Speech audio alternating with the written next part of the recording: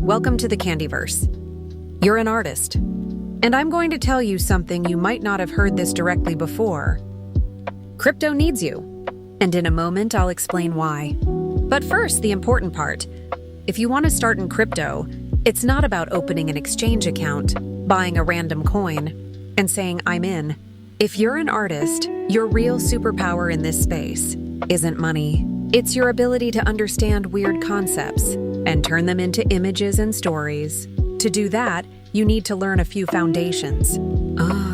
What is crypto really? It's not just magic internet money. Crypto refers to systems of value, coins, tokens, NFTs, etc., that live on decentralized networks where rules are written in code, instead of being controlled by a single bank or government.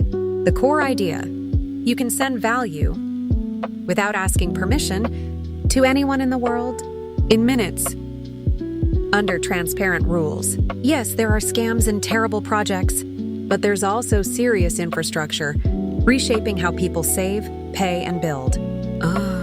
What is a blockchain? Imagine a giant notebook of transactions shared across thousands of computers.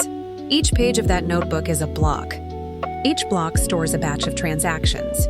Who sent what to whom? Those blocks are chained together in a way that makes it extremely hard to change what was already written without everyone noticing. That's a blockchain, a public database that's difficult to censor and difficult to secretly edit.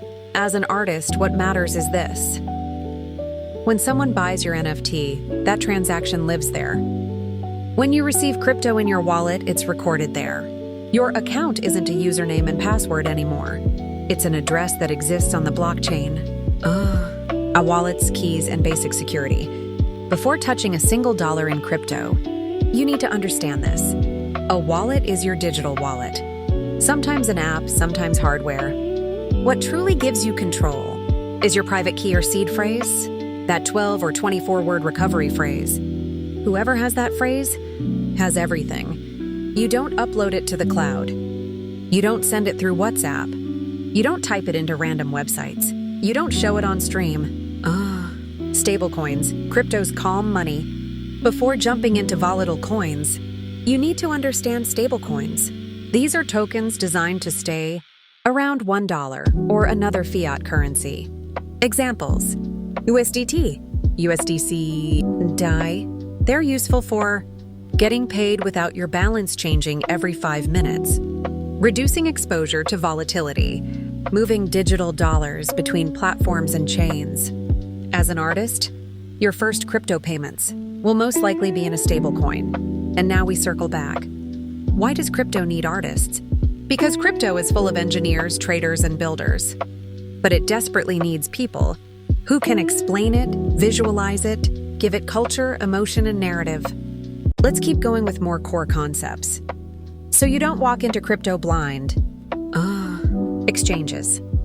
These are platforms where you buy and sell crypto with traditional money, fiat, or swap one coin for another. Think of them as digital currency exchange houses. There are two key things to understand.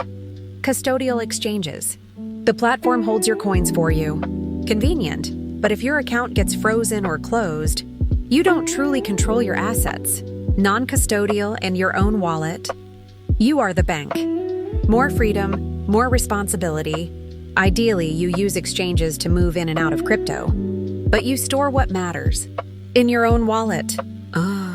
A gas and networks, L1, L2, etc. Every time you make a transaction on a blockchain, send crypto, mint an NFT, transfer something, you pay a small fee. Gas. Gas is the fuel users pay for the network to process transactions. Different networks, Ethereum, Solana, etc., have different speeds and costs. You don't need to become an engineer, but you do need to understand. Every transaction costs gas. If gas is high, you might wait or use another network. Cheaper isn't automatically better, but cost is part of the equation. NFTs and beyond.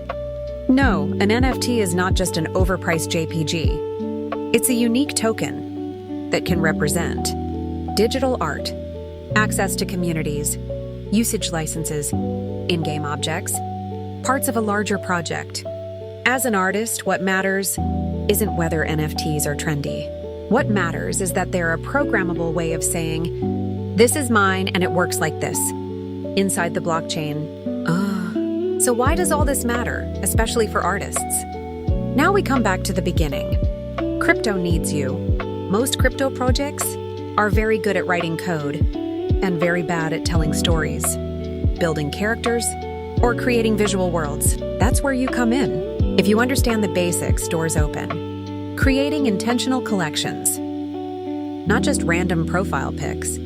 Building universes where your characters live on-chain, getting paid internationally, without relying only on expensive banks. Collaborating with protocols that need a recognizable face, mascot, or narrative. Designing visual identities for DAOs, wallets, dApps, games. Even though there are already artists in crypto, the space is still far from creatively saturated. There's a lot of technical money, a lot of infrastructure, a lot of developers, and relatively few artists fully exploring the narrative and visual potential of the ecosystem.